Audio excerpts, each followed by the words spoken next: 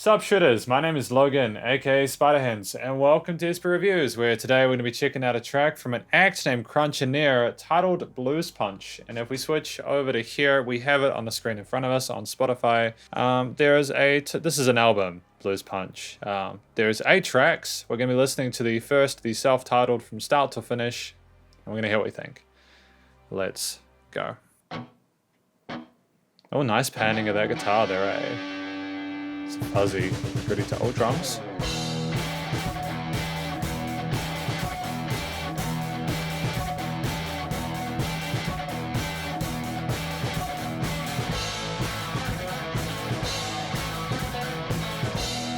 It does have that blues rocky kind of finish to it.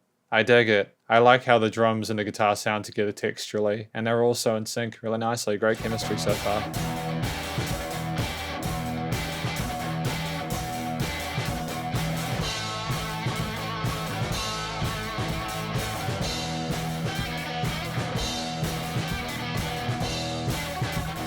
Cool, I thought we were going to go 12-bar blues then for a second, but I'm glad that we went back and reverted to the original theme there. I'm liking as well how on one side we have the rhythm and sometimes we have lead melodies on the other.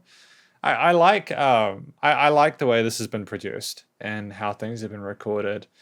And it's got this warm sort of grittiness with the fuzz on the drive, but of the guitar parts, and the drums really sound kind of raw and authentic. I dig it. Nice 8th and 16th note grooves there. Cool. Are there going to be more drum fills? More drum fills?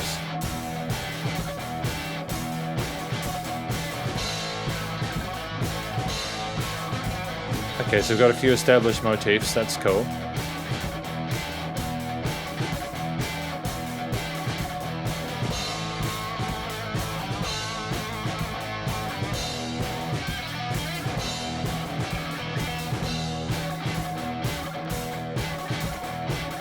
Yeah, when I see instrumental version, I can totally imagine there being some vocals in the center here. I think that'd be a really smart move, just because not only because of the expanse in the stereo field left by these 2 guitars on the extreme left and right, but also there's just room in that mid to high range for there to be another singer in there. Just telling the story, pulling us along.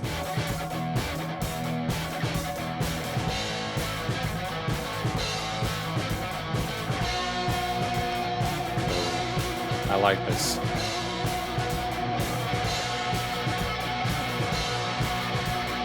This extra lead component was really important. You know, I mentioned before how I would have loved to have a vocalist in here. Again, I know it's the instrumental version, so you don't have vocals in an instrumental version. But I'm glad that they've put a lead guitar line in here. We've set it up with some of those lead licks on the right, so it's good to have that come to fruition.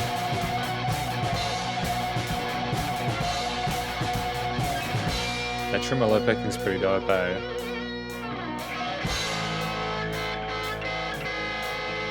Kind of reminds me of some of the earlier AC/DC recordings.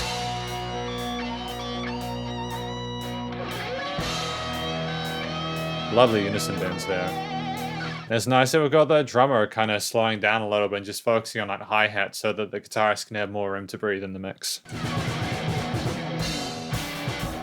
Kind of returning back to that original theme there.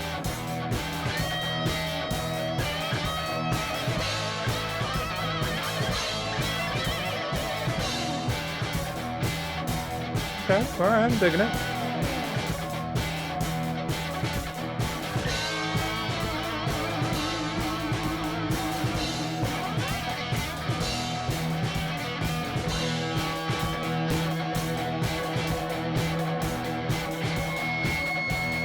Nice feedback there. Oh, that's kind of a cool way to finish it.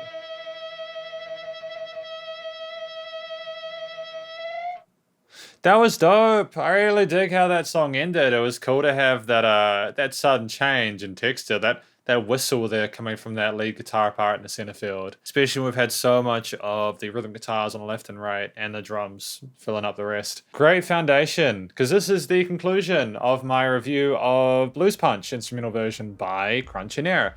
I'm quite happy with this. Obviously we didn't have vocals, so we didn't really have a story to go with it. But when you hear the track, you know, Blues Punch, I suppose you'd have the blues element of it, genre-wise, stylistically, and it'd be punchy. And it is a pretty punchy blues track. Has a solid groove to it. No, it's not like super speedy, but it's quite got a quite quick pace to it. 1, 3, 4, 1, 2, 3.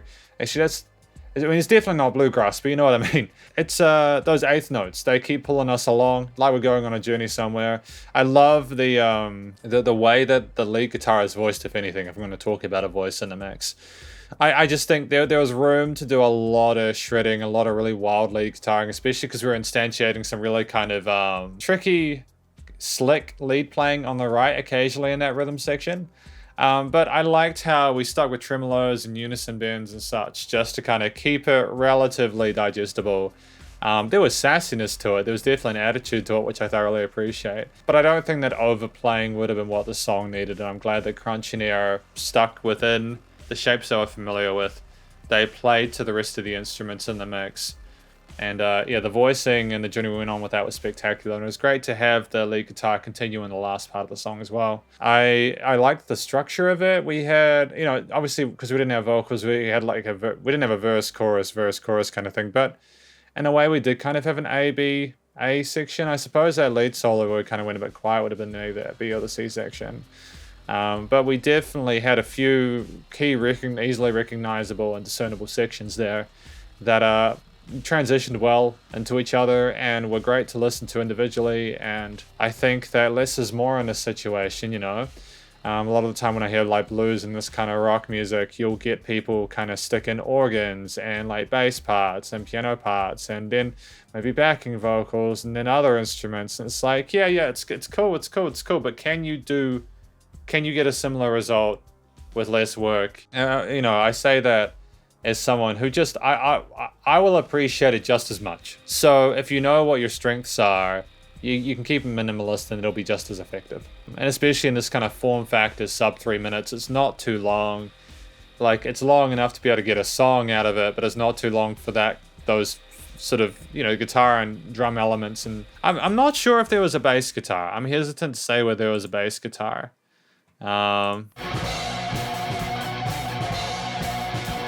There might have been a bass guitar that was just really, really, really subtle. I think that's probably for the best, to be honest. I think that a really deep thundering bass wouldn't have necessarily have been what was needed. A lot of that energy was in the lows and highs, and the drums were mixed with like great EQing on the drums, nice and again punchy.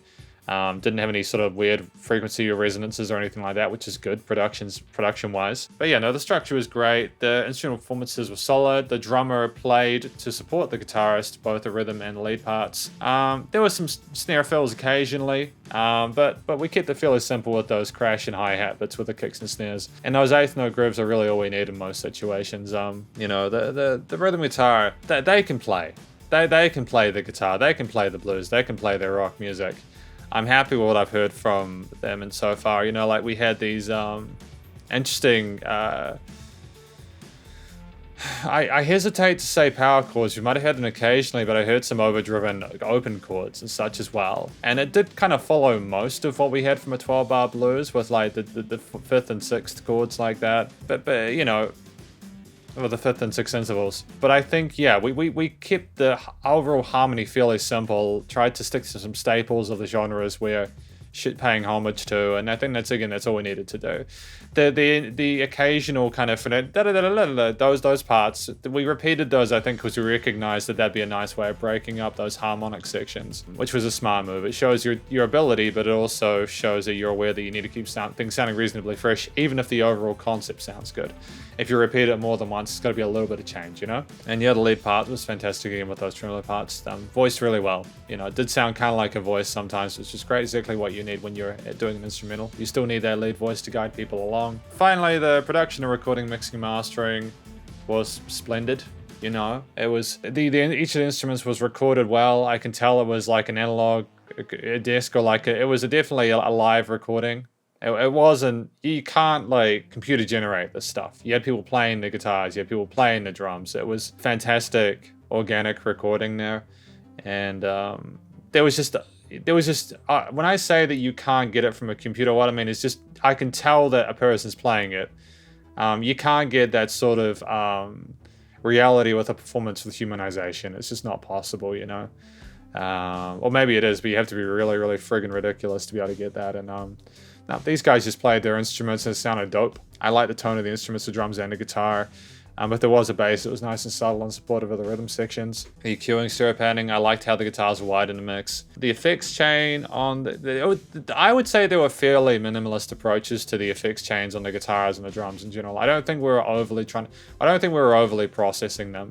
And I think that's, again, to the betterment of it. If you record something live and then you kind of soak it in plugins and all that kind of stuff, it can kind of sterilize it a little bit, and I don't think that's an issue we had here, which is something I appreciate and value. What else? I think, you know, we had finally the limiting compression, which was nice and loud without pumping or anything. There was a lovely sense of dynamic range, especially when it was quiet bits where the drums sort of simmered down a little bit to allow more room for the lead guitar to breathe. All in all, great first impression with Crunchineer. They did a good job, and it was a pleasure to be able to review their music. But thank you very much for watching this review of Blues Punch by Crunchineer. Hopefully you enjoyed it. If you did, please do go check out their various social medias, as well as the Spotify page. I think they're also on Bandcamp, if I'm not mistaken. Stay cool and stay safe, and please also remember to support your local musicians and artists at this point in time, as you need the help more than ever with all the crazy stuff going on in the world, and I will catch you in the next review. Spiderhands out.